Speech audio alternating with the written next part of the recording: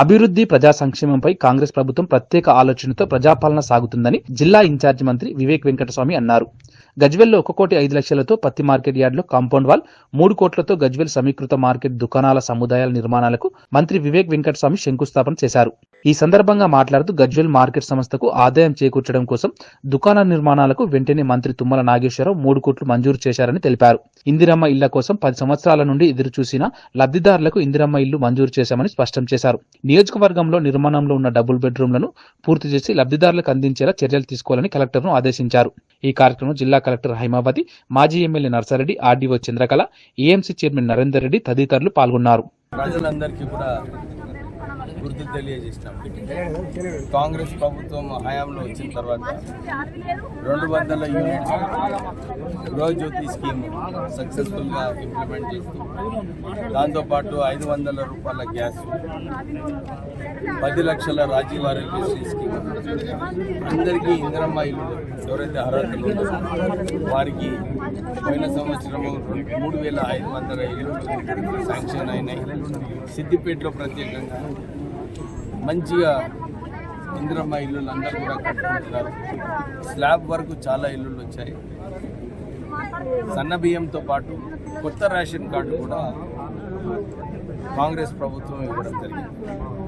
10 సంవత్సరాలు టీఆర్ఎస్ హయాంలో అవినీతి జరిగింది, సరిగా అభివృద్ధి కార్యక్రమాలు జరపలేదని చెప్పి మొన్న జూబ్లీ హిల్స్ ఎలక్షన్లో కూడా ప్రజలందరూ కూడా కాంగ్రెస్ వైపు తీర్మానం ఇవ్వడం జరిగింది.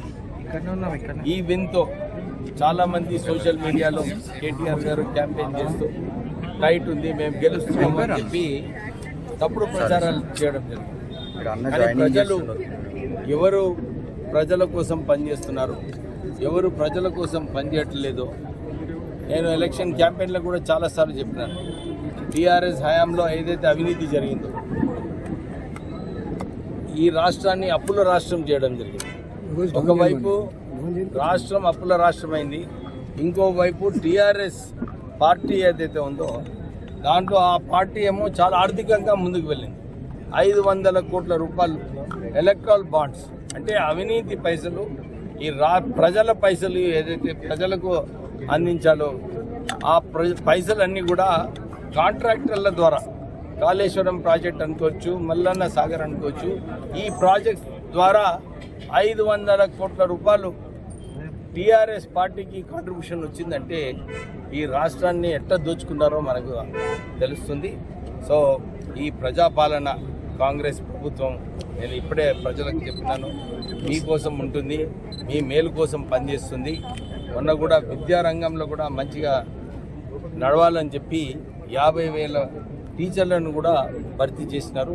ఎక్కడైతే ఇన్ఫ్రాస్ట్రక్చర్ అవసరం ఉందో దాంట్లో కూడా ఎక్కువ నిధులు రాష్ట్ర ప్రభుత్వం శాంక్షన్ చేయడానికి తయారుందని చెప్పి ప్రజలకు మళ్ళొక్కసారి అన్ని రంగాలలో కూడా అభివృద్ధి చేస్తామని చెప్పి వారికి ఎవరు